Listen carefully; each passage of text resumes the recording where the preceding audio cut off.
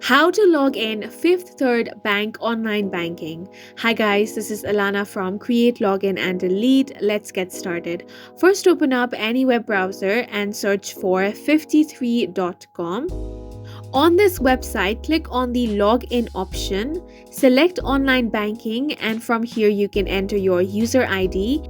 Click on save if you want to save your user ID, then enter your password. Now click on the login option to log into your account. If you have forgotten your login details, click in Forgot Login option, and that's going to redirect you to this page right here. Here, enter your user information such as your last name, your social security number, then your zip code, and finally your account or card number. Then click in the next button, and then you will be able to reset your login. And that's it for this video. We hope you guys found it helpful. Please make sure to hit the like button and subscribe for more videos like this.